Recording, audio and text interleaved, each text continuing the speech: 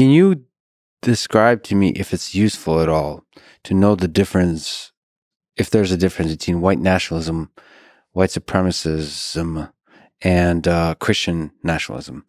Yeah.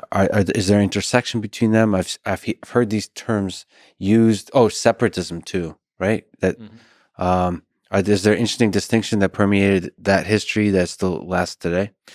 I think there's a long history in the United States of a belief in white supremacy. And it's not unique to the United States. We actually inherit this from Europe. And white supremacy is the belief that for whatever reason, those with lighter color skin, usually of Northern European extraction, are superior, have more rights, are the better people to make decisions, all sorts of things. That it's an aesthetic judgment as much as it is a political judgment, and that gets embedded in our society, right? We inherit that. Christian nationalism is the presumption that it's not just your race, but now it's also your Christian belief. Mm-hmm. And that is actually relatively new. There are little pieces of that in our history. But many of those who are white supremacists, even those in the Confederacy, are not Christian nationalists because they don't agree on which kind of Christianity, and they don't view those who are from a different denomination of Christianity as being good Christians. There isn't this big tent Christianity in the 19th century. This notion that there is one Christian nation and that we're all part of it, that's actually really a 20th century creation. It precedes the evangelical movement, but it's been made even more popular. But it would not make sense to a Confederate to say we're a white Christian nation. It would make sense to say we're a white Protestant nation because they didn't consider Catholics good Christians, or a white Presbyterian nation. And so that's something new, and I think what's particularly dangerous about this notion of Christian nationalism is it creates this false history, saying we've always been together as Christians. That's always how we've defined ourselves, and that's not accurate. Well, one interesting thing. So I recently talked to a left-leaning or maybe a far-left political streamer named Destiny, Stephen Bonnell. I don't know if you're familiar with him. He does live streaming debates with people. It's very passionate. Oh, I've heard of this. My students have told me. I've not actually seen it.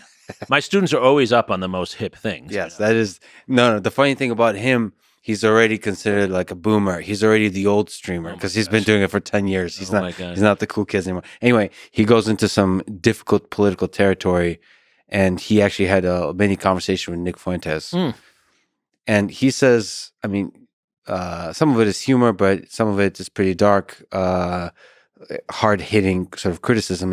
He says that anyone who claims to be a Christian nationalist asks them if they would rather have 1 million people who are atheists from Sweden who are white come, or if you would rather have 1 million people from Africa who are Christian come.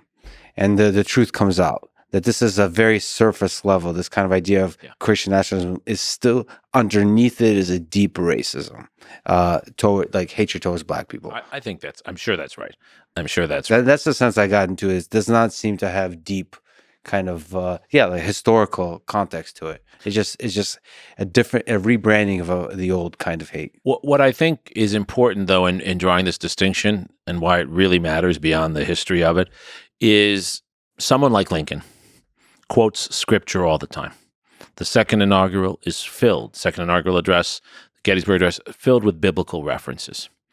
But he does it in a way that's not Christian nationalist because he's using the text to bring people together. He's using it as a fable of humanity. And you could say he's not open to Islamic thinking. He's ignorant of the Islamic world. But as a Jew, I'm a Jew, reading and studying Lincoln, I know he's a Christian, but I don't feel excluded from his rhetoric because I share that Bible. We have different views, but I don't feel excluded. It actually brings people together. The Christian nationalist approach that we've seen in the 20th century, and especially in recent decades, is intended to divide people. It excludes Jews. It excludes Christians who don't interpret Christianity their way. And to say that's what we've always done is an entire distortion of our country. And it also hides why this is so dangerous.